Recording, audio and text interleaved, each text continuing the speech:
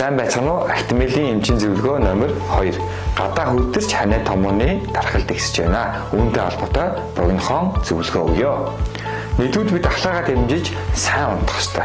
Сайн унтах ёстой гэдэг нь юу гэсэн үг вэ? Бид 22 цаг гэхэд унтаад эхэлсэн байх ёстой гэсэн үг.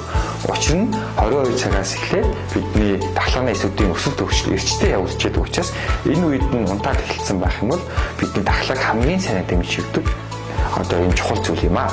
Хоёрдугаарт нь бид нар шим тэжээлтэй сайн хоол идэж явах хэрэгтэй. Энэ нь юу гэсэн үг гэхээр бид нар хоолыг нэгдүгээр зөв цагт идэж явах хэрэгтэй. Хоёрдугаар шим тэжээл сайтай хоол идэж явах хэрэгтэй. Шим тэжээл сайтай гэдэг нь юу хэлж байгаа юм бэ гэхээр таны идэж байгаа хоол эдис бодис амин тэм уураг өөх тос усаар хангалттай хангагдсан бидний бодисын солилцоонд маш сайн нөлөөтэй энэ хоолойг бид шим тэжээлтэй хоол гэж нэлээд байгаа юм аа. Гуравдугаарт нь бид нар энэ амьсгалын цамын халдвар төвчнөөс сэргийлээд амны хаалтаа тогтмол зүгээд гарын ариун царай сайн сахиж чадах юм бол энэ ханаа томооны их тэтгэлтийг амархан даваад гарчих боломжтой шүү.